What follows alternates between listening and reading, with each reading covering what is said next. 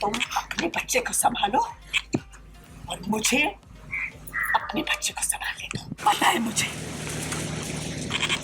है मुझे मेरे बेटे ने क्या किया है। इस पल के लिए कमजोर पड़ गया और इसने गलती कर दी। पता है मुझे, बहुत बड़ी गलती की है, ये भी पता है मुझे, लेकिन उसकी सजा भुगत रहा है नहीं। और क्या चाहते हैं आप लोग? माँ, अभी तक मुझे लग रहा था कि मेरा बच्चा इस दुनिया में नहीं रहा है।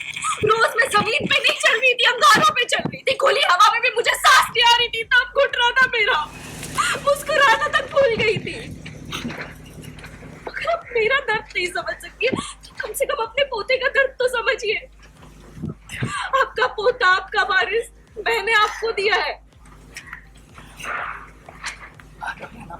लेकिन मैं शुरू से तुम्हारे दर्द को समझती आई। इतने आंसू बहाने के बाद आज तुम्हें तुम्हारा बच्चा मिल गया है, तो खुश होने की बजाय तुम इस बात पर बिगड़ रही हो कि मैं अपने बच्चे का साथ क्यों दे रही हूँ। तुम अपने बच्चे को संभालो और मुझे अपने बच्चे को संभालने दो। हाँ, तो फिर उसके बाद फिर विद्या आती है और विद्या उसको बोलती है हिम्मत हारने का समय नहीं है ये अरमान, अभी उठ। और यहाँ पर फिर रूही आती है, बोलती है आप अभी भी माँ इसका साथ दे रही हैं, ये जानने के बाद, हाँ मेरे को लिपस्टिक चाहिए, ये जानने के बाद भी कि इन्होंने मेरा बच्चा मुझसे छीना था, ये जाने के बाद भी अब इन्होंने दो आंसू क्या बहा दिया, आप लोगों ने तो इन दोनों को माफ़ कर दिया।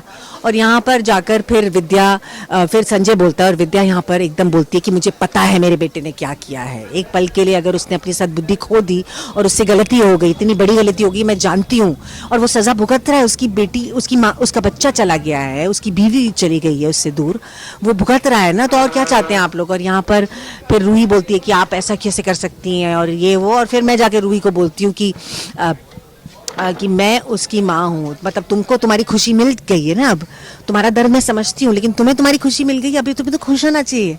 और तुम यहाँ मुझे बोल रही हो कि मैं अपने बेटे का साथ क्यों दे रही हूँ। तुम अपने बच्चे का साथ दो और मुझे यहाँ अपने बच्चे को संभालने दो। तो यहाँ जाकर और उसे हिम्मत देती है, उसको ढाढ़स देती है कि नहीं अबीरा को इस समय तेरी ज़रूरत है। तूफान आता है, उसके बाद इसका मतलब ये नहीं कि हम लोग सर पकड़ कर बैठ जाते हैं, हम जो चीज़ें बची होती हैं, जितनी भी बची होती है, उसे समेटने की कोशिश करते हैं। तो इसीलिए अपने आप को समेट और जा, अबीरा के पास जाओ, उसे तेरी ज़रूरत है, तुम दोनों एक दूसरे की ढाल हो, हिम्मत रख और जा। और कैसे वो उसे मोटिवेट करती है, and he gets up and वो जाता है। So this